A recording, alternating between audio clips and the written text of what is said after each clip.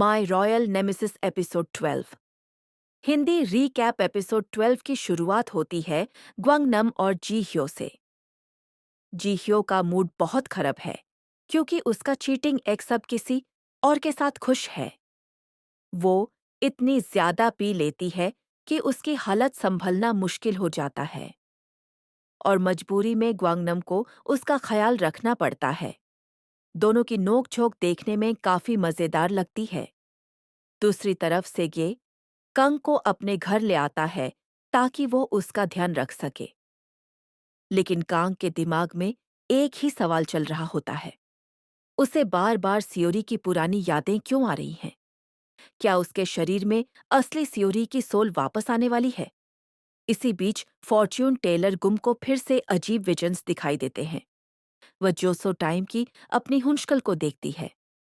साथ ही कांग का wanted poster और एक सीने जहान कांग डिस्गाइज में एक छोटे बच्चे से मिल रही होती है। ये विजन्स देखकर ग्यूम भी कंफ्यूज हो जाती है।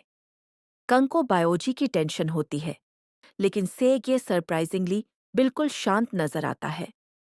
वह कांग से कहता है कि पहले उसकी जिंदगी का सबसे बड़ा गोल सक्सेस और एम्बिशन था, लेकिन अब उसे समझ आ गया है कि उसकी असली खुशी कांग के साथ है। वहीं मुंदो अपनी नई चाल चल देता है। वह एक डिटेक्टिव को पैसे देकर सेगे को क्वेश्चनिंग के लिए बुलाता है। असल में उसका प्लान है सेगे को रिसॉर्ट प्रोजेक्ट से हटाकर उसकी जगह खुद लेना। इधर कांग को एक और मेमोरी याद आती है। उससे ग्रैंडमा नाम और छोटी सियोरी का एक पुराना सीन याद आता है। सुबह से गे कांग के लिए जोसोन स्टाइल ब्रेकफास्ट बनाता है और उससे एक खूबसूरत नेकलेस गिफ्ट करता है।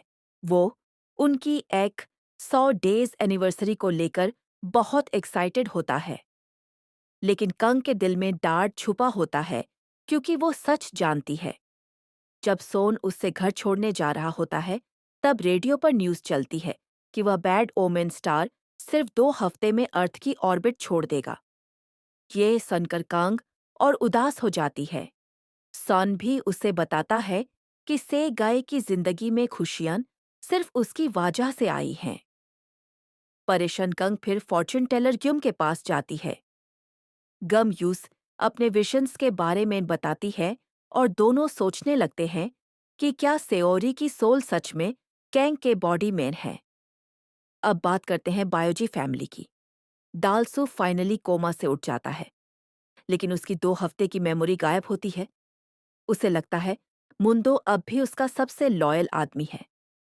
इतना ही नहीं, अब फैमिली का कोई भी मेंबर उससे मुंडो की परमिशन के बिना मिल नहीं सकता। उधर ईना चुपके से कांग के घर की छत पर डाई लिख देती है। शायद वही वो लड़की थी जिसने पहले घर की लाइट भी तोड़ दी थी। ग्वांगनम यह देखकर घबरा जाता है और कंग की सेफ्टी के लिए यूज उसके पुराने अपार्टमेंट में शिफ्ट कर देता है। तय ही की माँ उसे सेगे से एंगेजमेंट तोड़ने के लिए कहती है, लेकिन तय ही मना कर देती है। यूज बचपन की एक बात याद आती है, कैसे उसकी माँ ने अपने हस्बैंड को खुश रखने के लिए सब कुछ सहा था। अब उसे समझ आता है कि उसकी माँ भी किसी अपने को खोना नहीं चाहती थी और शायद ताई ही भी सेगे को नहीं खोना चाहती। अपने छोटे से अपार्टमेंट में कांग को जोसो की एक और याद आती है, जब वह प्रिंस चोंगहेन का इंतजार करती रही थी। चाहे वो रॉयल कॉन्सर्ट बन गई हो, लेकिन उसने कभी उसका इंतजार करना नहीं छोड़ा। और फिर उससे पता चला कि प्रिंस एक्साइल में ही मर गया था। इसीलिए कांग नहीं चाहती कि सेग ये फिर से वही दर्द सहे। उधर ड्रामा सेट पर एक्ट्रेसेस जी ह्यो को उसकी लव लाइफ लेकर टीजिन करती है। वो मजाक में ग्वांग नाम का नाम लेती है। जी ह्यो एटीट्यूड दिखाते हुए बोलती है कि ग्वांग नाम तो अमीर है क्योंकि उसकी फैमिली का डिपार्टमेंट स्टोर है, लेकिन असली सच कुछ और ही होता है। उनकी फैमिली एक छोटी सी कन्वीनियंस स्टोर चलाती है जिसका नाम है 1000 वॉन डिपार्टमेंट स्टोर। अपने बचे हुए वक्त को यादगार बनाने के लिए कांग सेगे को डेट पर ले जाती है। दोनों बातें करते हैं और सेगे अपनी माँ के बारे में बताता है। जब उसकी माँ बीमार हुई थी तो उसने प्रॉमिस किया था कि वह वापस आएगी। छोटा सेगे हर दिन उसका इंतजार करता रहा, लेकिन एक दिन यूस पता चला कि उसकी माँ कभी वापस नहीं आएगी। ये सुनकर कंग की आंखें भर आती हैं और फिर वह सच बोल देती है जिससे वह इतने दिनों से छुपा रही थी। वह बताती है कि सिर्फ 2 हफ्ते बाद उसे जोसन वापस जाना पड़ेगा। ये सुनकर सेगे का दिल टूट जाता है। वह कुछ नहीं बोलता और चुप हो जाता है। घर लौटने के बाद सीईओ होंगकांग को सिन फैमिली की पुरानी फोटो देती है। फोटो देखते ही कांग को वो ड्राउनिंग इंसिडेंट याद आ जाता है। सीईओ होंग हैरान रह जाती है क्योंकि सियोरी को तो उस एक्सीडेंट की कोई मेमोरी नहीं थी। उस वक्त फॉर्च्यून टेलर गुम को एक क्लियर विजन दिखाई देता है।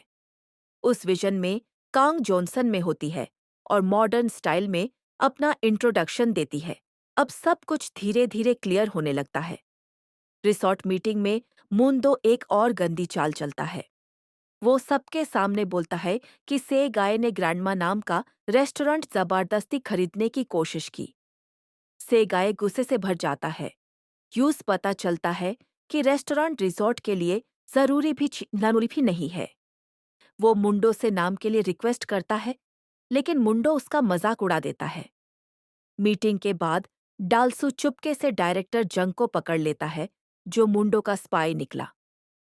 हॉस्पिटल में कंग अपने पास बचे सारे पैसे ग्रैंडमा नाम को दे देती है, लेकिन यूस पता चलता है कि नम के सारे हॉस्पिटल बिल्स सेगे पहले ही भर रहा है। ये जानकर कंग और इमोशनल हो जाती है। नम की तबीयत अब और खराब हो चुकी है।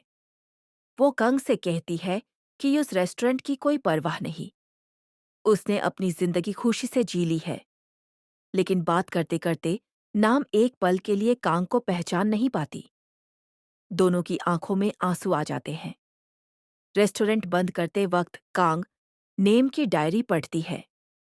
डायरी का हर पेज एक नई मेमोरी खोलता है और तब उसे ग्यूम की बात याद आती है।